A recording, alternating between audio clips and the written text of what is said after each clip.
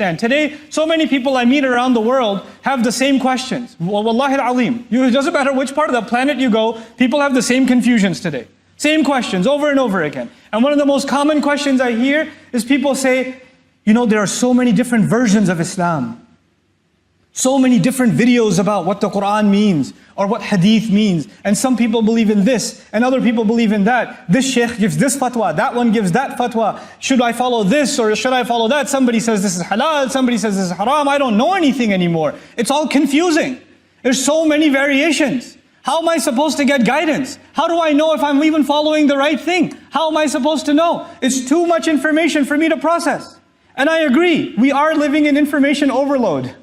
We are. We are bombarded with so many different perspectives, even within Islam. Look at the audience that is sitting in this hall. Even though we're locals from this area, most of us, the way that you've learned about Islam from the person next to you is very different. The teachers you've had, the people you've been exposed to, the lessons you've learned, they're very different from each other. So there's a lot of variation in how we are exposed to Islam, and a person gets overwhelmed and says, how am I supposed to know if I'm even following the right thing? And you know what? This ayah is the answer. I don't guarantee guidance, and YouTube doesn't guarantee guidance. And Google doesn't guarantee guidance. And people don't guarantee guidance. It is our hope that Allah Himself will give me personally guidance. Guidance will not come from anywhere else. Whether you have no information or over information, that doesn't matter. That Allah will guide you to the right course depends on how much you asked Allah, not anyone else. And once you ask Allah, you don't have to be nervous anymore because you have absolute certainty that Allah will give you guidance. He does not turn anyone away. Getting guidance from Allah is not difficult. It is not difficult. Allah has opened the door of guidance wide open for those who seek it. We just have to be people who seek it. That's it. I mean, this ayah belongs to Surah Al-Kahf, and I can't talk enough about Surah Al-Kahf as is evidenced in this khutbah.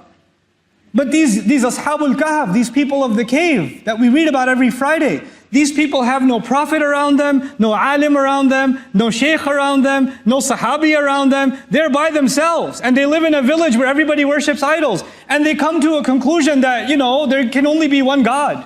They don't even know how to say it. And just, we can't worship these things. لَن نَدْعُوَ مِن دُونِهِ إِلَهًا. We can't worship other gods. And that was enough for Allah to guide them. With no knowledge. With no revelation, nothing. That was enough for Allah to guide them, and guide them so much that today, people who study the deen for years and years and years, study tafasir of these young men who knew nothing compared to the ulama that learned from them. Because they got Allah's guidance. Because Allah would give them guidance. Because it doesn't matter how dark your situation is, how hopeless it is. When you have hope in Allah, that's enough. That's just enough. عَسَىٰ أَن يَهْدِيَنِي رَبِّي لِأَقْرَبَ مِنْ هَذَا رَشَدًا. Now the last, and what I consider the most beautiful part of this expression. Perhaps Allah will guide me. Guide me to what? Guide me to what? He says, لِأَقْرَبَ مِنْ هَذَا رَشَدًا. You know, the language of this is so profound, and in a khutbah, I can't give you grammar lessons because you'll have a headache. So I'm going to try to make this as simple as I can. In the Arabic language, sometimes you say over there, and sometimes you say all the way over there. When you say all the way over there, you're saying that I'm guiding you to your destination. If you just say over there, maybe you get over there, then you have to go somewhere else and somewhere else and somewhere else. But if I say all the way over there, then I've told you that that's where you have to go. You don't have to go any further than that. When the lam is used, عَسَىٰ أَن يَهْدِيَنِي رَبِّي لِي أَقْرَبَ. Al-lam. This lam, what it suggests, this is al-muntaha. There's no higher thing to ask for in this dunya. If you get this, there's nothing better to ask for.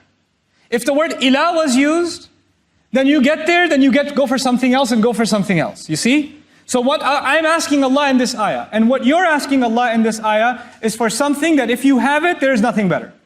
It is the ultimate end. Now what is that ultimate end? He says, لِأَقْرَبَ مِنْ هَذَا. Closer than this. I hope Allah will guide me closer, all the way closer than this. What does the word this mean? This means where I am right now. Now let's understand what this means in simple language.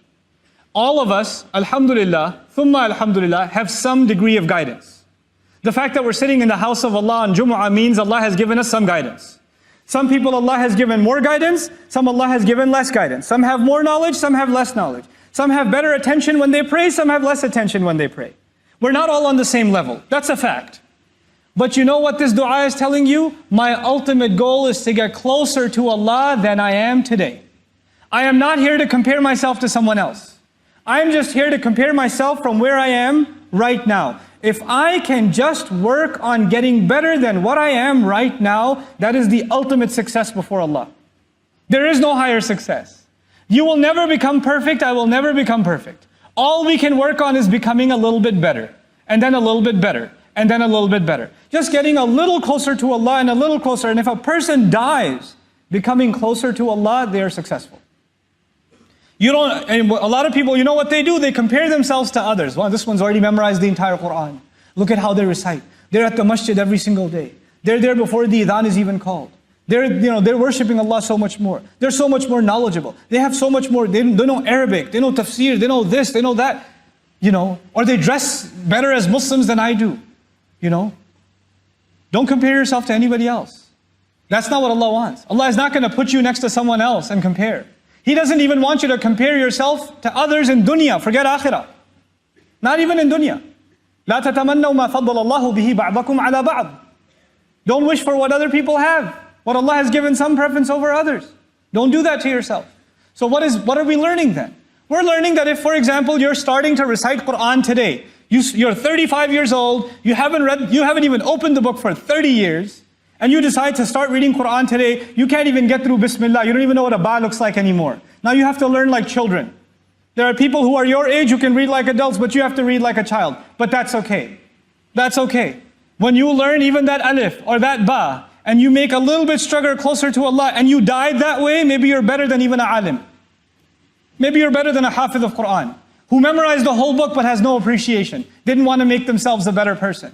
Because who wants to make themselves a better person is in the heart, and Allah knows that. So don't underestimate where you are with Allah. People can underestimate you, Allah does not underestimate you. People make it sound like guidance from Allah is hard, it's expensive, it doesn't come easy. And Allah is opening the doors of it wide open.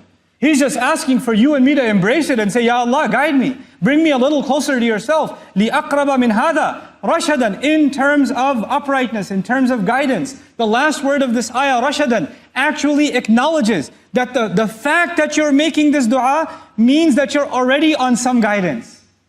That you shouldn't say that I'm misguided. It already acknowledged that the fact that Allah gave you the ability to make this dua itself is a gift of guidance from Him. And Allah will give you more, and He will give you more, and He will give you more. This is the optimism of the Muslim. When guidance comes in this world, then tama'nina comes.